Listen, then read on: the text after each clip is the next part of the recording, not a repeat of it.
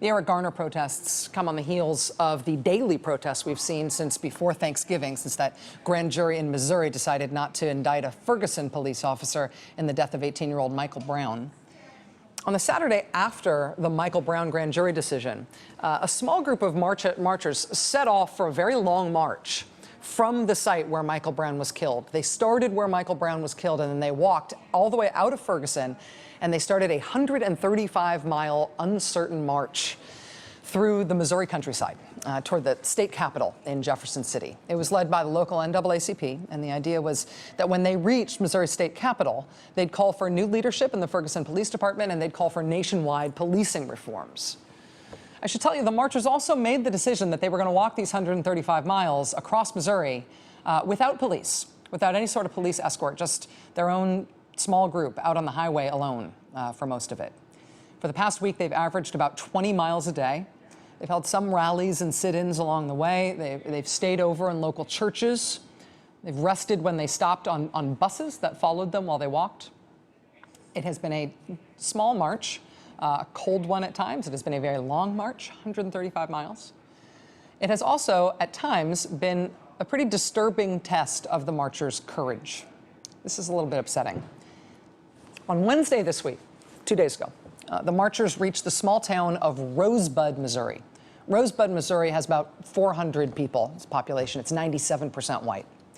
And at first, some people in Rosebud tried to block the buses until the police came and cleared the way. Even then, the crowd made it clear that these marchers coming through their town were not welcome. According to the St. Louis American, one of the marchers who was marching with her mother, a school teacher, said, quote, "There were people out on both sides of the streets, but they were just staring at us at first. We were calm. Then they started calling us names." Local station KCRG filed this report from the scene to give you some idea what happened there. NAACP President Cornell Williams Brooks led a group of about 20 people through Rosebud. The majority of people along the street yelled obscenities and held opposing signs.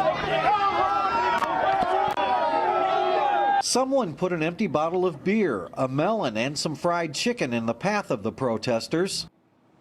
Fried chicken and melon and a big 40-ounce beer left out in the street for the civil rights marchers as they passed through the all-white town. Accounts from the scene describe local adults and children flying the Confederate flag, holding up signs with racial slurs on them, going out to confront the marchers with these signs, yelling at them that Michael Brown deserved what he got, telling the protesters to go home. On Wednesday, look at this, in Rosebud, the back window of the marchers' bus got shot out. They'd been welcomed in a lot of places, you know, cheered on and sustained by strangers, but this was a gauntlet they had to go through in parts of Missouri.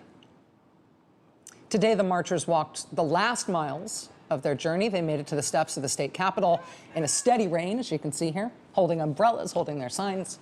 When they got there, Michael Brown's mother was among them to meet them, among the people there to meet them. Joining us now is Cornell Brooks. He's the president of the NAACP, which organized this Journey for Justice. Mr. Brooks, thank you for being here. I know this has been an exhausting experience for you. It has been, Rachel, but it's good to be with you. Let me ask you about the overall balance of this experience. Obviously, those are very ugly pictures out of Rosebud. How do you contextualize that against how you were greeted by other people in other towns the rest of this journey? Indeed. It was a very ugly experience running a gauntlet of racial epithets and stereotypes. But the overwhelming majority of the people we met were kind and gracious. And the way I like to think about it is that 1% of the people we met were racist and mean-spirited, but the other 99% were kind and gracious.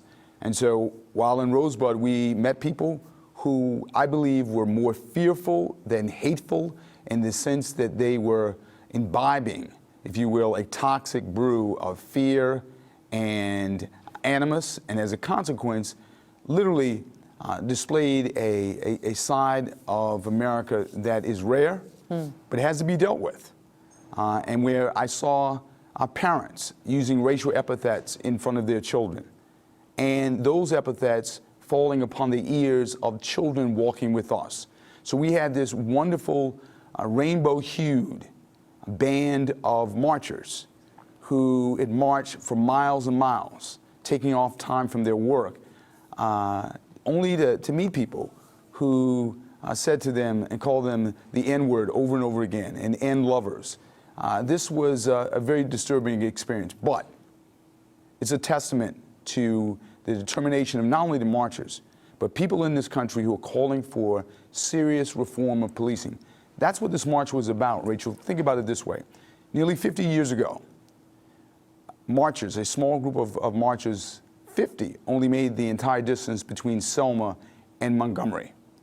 Our band of marchers nearly 50 years later, invoking that deep civil rights history and that deep and profound moral heritage, which are trying to do something similar in terms of confronting a massive injustice in the country.